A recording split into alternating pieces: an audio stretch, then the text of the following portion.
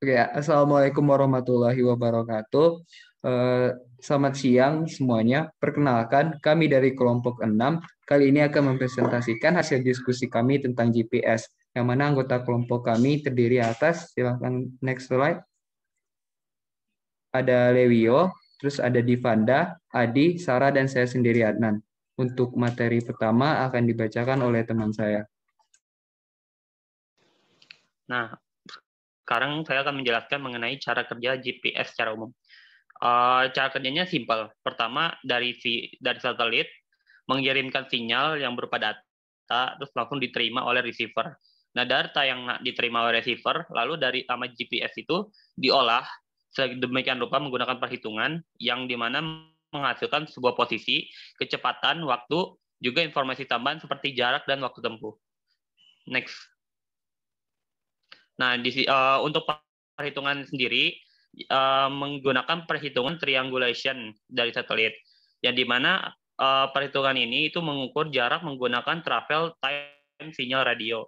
Untuk mengukur travel time, GPS memerlukan akurasi waktu yang tinggi. Nah, untuk perhitungan jarak itu tuh harus dengan pasti harus kayak tahu dengan pasti itu posisi satelit dan ketinggiannya pada orbitnya seperti apa, dan akhirnya harus dikoreksi lagi delay sinyal waktu perjalanannya di atmosfer sampai diterima oleh receiver.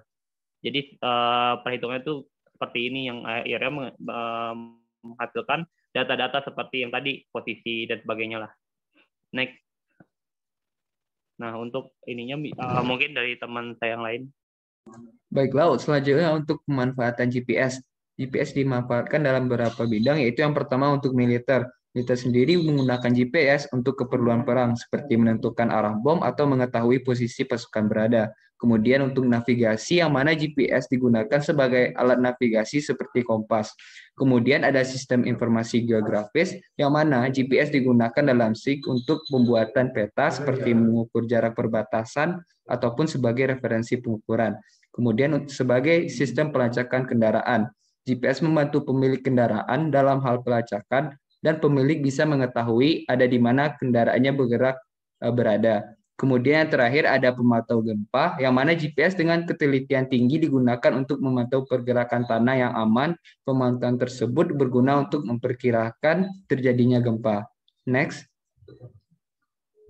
Selanjutnya yaitu ada ketelitian dari GPS, yang mana ketelitian dari GPS dapat mencapai berapa milimeter untuk ketelitian posisinya, beberapa sentimeter per second untuk ketelitian kecepatannya, dan beberapa nanodetik untuk ketelitian waktunya. Nah, ketelitian posisi yang diperoleh akan tergantung pada beberapa faktor, yaitu metode penentuan posisi, geometri satelit, tingkat ketelitian data, dan metode pengolahan datanya.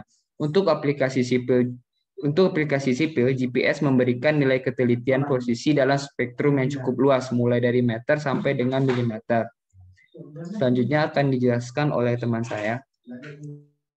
Oke, yang selanjutnya adalah kelebihan GPS. Yang pertama, peta GPS dapat dilakukan updating peta sehingga bisa menambah point of interest yang dikehendaki. Lalu yang kedua, koordinat point of interest yang ada dilakukan secara langsung ke lapangan sehingga titik koordinat yang dihasilkan itu pasti. Lalu yang ketiga, pembuatan peta GPS sangat terorganisir karena setiap metode harus terselesaikan dengan lengkap sebelum melangkah ke tahap selanjutnya. Dan yang keempat, penggunaan peta GPS dapat menghemat biaya karena bersifat offline. Lalu yang selanjutnya adalah kekurangan GPS. Yang pertama, pembentukan data atribut parameter kurang lengkap sehingga kalkulasinya kurang. Lalu yang kedua, jalan yang ada dalam peta kurang lengkap karena hanya menampilkan jalan yang dilalui oleh point of interest. Yang ketiga, hanya dapat digunakan pada GPS terminal. Yang keempat, kurangnya info sarana umum. Lalu hal-hal yang harus diperhatikan saat penggunaan GPS diantaranya tidak boleh ada penghalang antara alat penerima dengan satelit. Lalu pada survei penentuan posisi, pemrosesan data dan analisis hasil tidaklah mudah sehingga perlu kemampuan khusus. Lalu datum penentuan posisi yang digunakan oleh GPS adalah WGS 1984. Lalu GPS teknologi baru sehingga sumber daya manusianya kurang. Yang terakhir, komponen tinggi dari koordinat 3 dimensi GPS adalah tinggi yang mengacu ke permukaan elipsoid.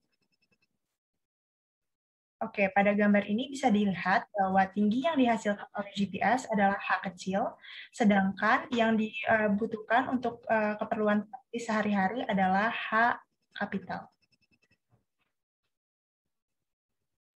Baik, selanjutnya saya akan menjelaskan mengenai kesalahan atau error source pada GPS. Yang pertama, terdapat kesalahan ephemeris atau orbit satelit, di mana kesalahan pada ketidakakuratannya lokasi atau posisi yang dilaporkan oleh satelit itu sendiri.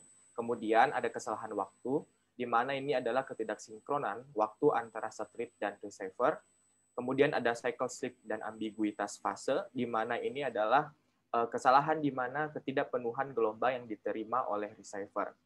Lalu ada multipath, yaitu keadaan di mana sinyal satelit ini diterima oleh receiver dalam 2 jalur atau path di mana multipath ini sendiri contohnya sinyal terpantul ke beberapa benda sebelum diterima oleh receiver. Kemudian ada delay ionosfer dan troposfer. Ini merupakan kesalahan atau error yang disebabkan oleh atmosfer seperti perubahan suhu, tekanan kelembapan, dan perubahan cuaca lainnya pada atmosfer dan sangat mempengaruhi sinyal. Yang terakhir ada selective availability, merupakan metode yang diterapkan oleh pihak Amerika Serikat selaku pembuat atau pemilik dari GPS secara sengaja agar ketelitian yang dihasilkan oleh GPS ini hanya dapat diperoleh oleh pihak mereka sendiri. Tetapi sejak tahun 2000, selective availability ini telah ditiadakan. Oke, sekarang dari segi harga. Nah, harga GPS ini beragam dari yang murah sampai yang mahal, dari yang murah sampai yang mahal, tergantung dari jenisnya dan kebaruan teknologi.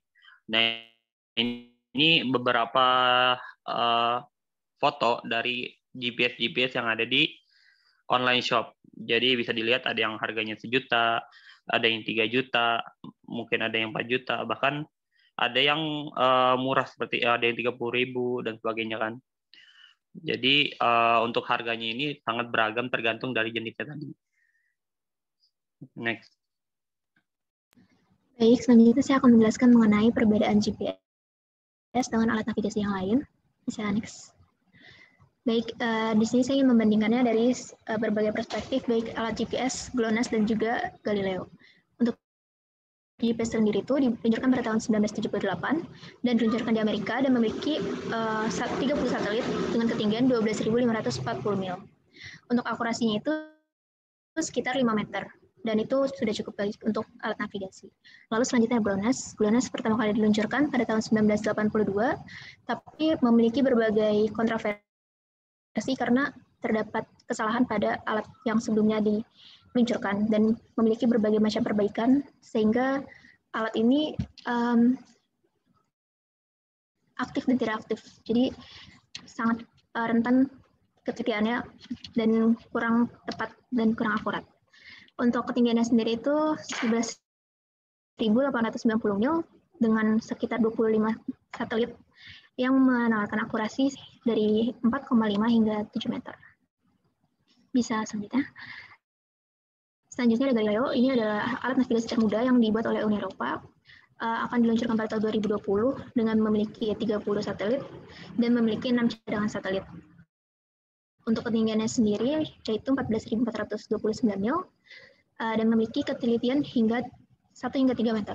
Namun jika dibandingkan dari ketiga alat tersebut, yang lebih unggul adalah GPS karena GPS sudah lebih lama dan juga sudah lebih akurat dan juga GPS kerap tidak terjadi error dan lebih dikenal oleh masyarakat sehingga jika dibandingkan dari ketiga alat ini, GPS merupakan salah satu alat yang lebih digunakan oleh mayoritas orang.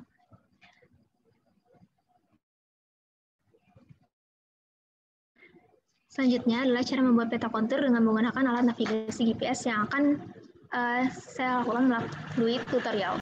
Pertama-tama kita akan membuka aplikasi Google Earth terlebih dahulu, lalu kita akan membuat pet, dan pet tersebut akan disimpan dalam bentuk KML. Nah, setelah membuat data KML tersebut, data tersebut akan kita convert menggunakan PCX converter, di mana kita akan mengetahui data longitude, dan juga altitude dari lokasi survei tersebut. Selanjutnya, kita akan menyimpan data tersebut menjadi CSV, di mana data tersebut bisa dibuka dalam bentuk Excel. Setelah itu, ketika data tersebut, baik longitude, latitude, dan altitude, akan kita pindahkan ke dalam aplikasi server, dan akan kita convert menjadi data BLN, atau data yang dapat dikonvertasikan menjadi data grid.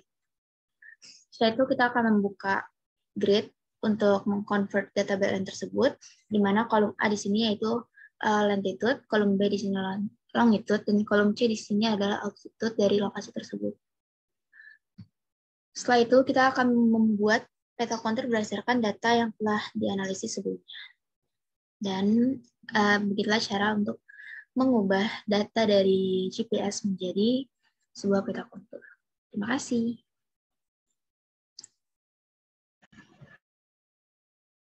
Baiklah, sekian hasil diskusi dan presentasi kami tentang materi GPS, dan demikian.